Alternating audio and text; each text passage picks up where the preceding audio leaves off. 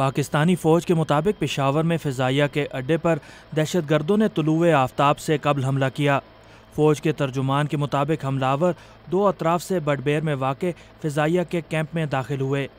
حملے کے فوراً بعد پاکستانی فوج کے سربراہ جنرل راحیل شریف اور ایئر چیف مارشل سہیل امان پشاور پہنچے اور خود دہشت گردوں کے خلاف آپریشن کی نگرانی کی۔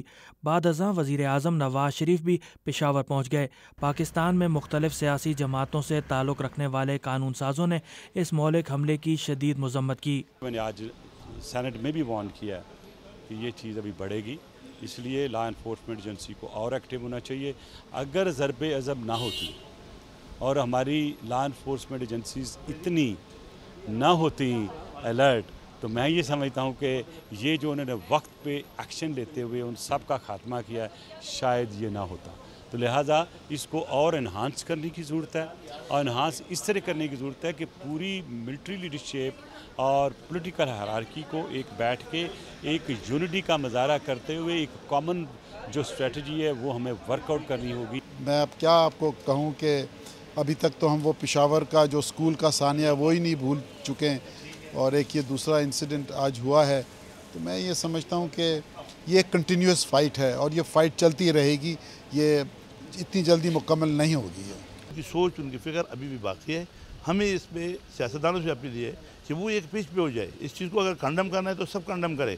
کوئی اس کی بدقسمتی سے کہ ان کے جو صلاح کار ہے، سہولت کار ہے، ان پہ ہاتھ نہیں ڈالا جا رہا۔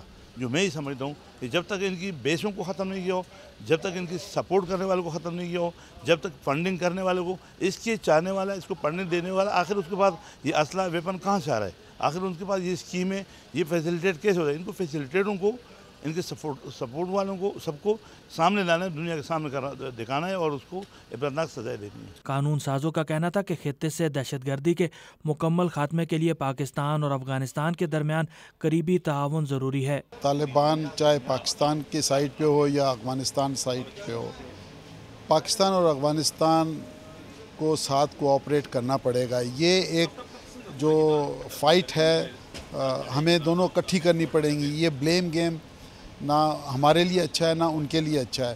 تو جب تک ہم ایک دوسرے سے آنیسٹی کے ساتھ بیٹھ کے اور اس کو کمبیٹ نہیں کریں گے، نہ وہاں کی پبلک بچی رہے گی نہ ہماری پبلک بچی رہے گی۔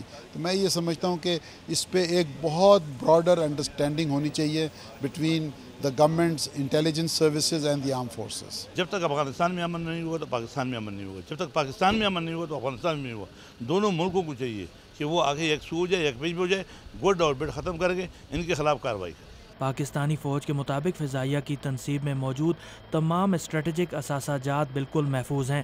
واضح رہے کہ رواں سال کے دوران پاکستان میں کسی بھی عسکری تنصیب پر دہشت گردوں کا یہ سب سے مہلک حملہ تھا۔ محمد اشتیاق، وائس آف امریکہ، اسلام آباد۔